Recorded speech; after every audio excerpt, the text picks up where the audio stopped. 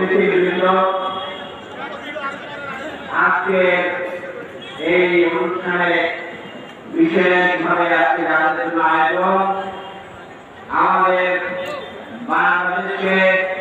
মুক্ত করার জন্য যারা বুকের রক্ত ঢেলে দিয়ে বাংলাদেশকে ফ্যাসিজম থেকে মুক্ত করেছেন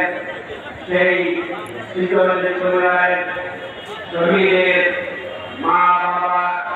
ভাই বোন আত্মীয় স্বজন স্ত্রী পুত্র সন্তানগণ এবং আজকে এই মত বিনিময় সভায় ভোলা ঈদ জেলার ঐতিহ্যবাহী এই জেলার ছাত্র জনতা সাংবাদিক বুদ্ধিজীবী আইনজীবী ভাই ও বোনেরা আসসালামু আলাইকুম ওয়া রাহমাতুল্লাহি